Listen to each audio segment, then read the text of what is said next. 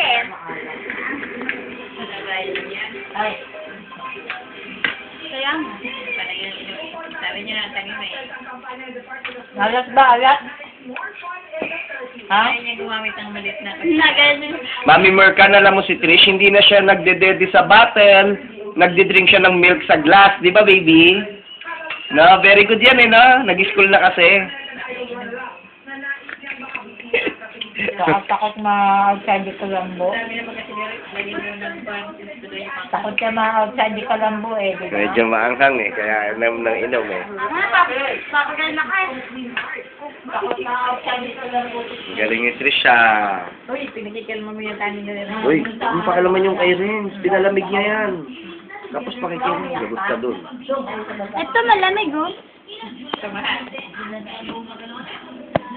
Eat na baby. Uy, ba't nasa left hand yung spoon? Yan. Mami!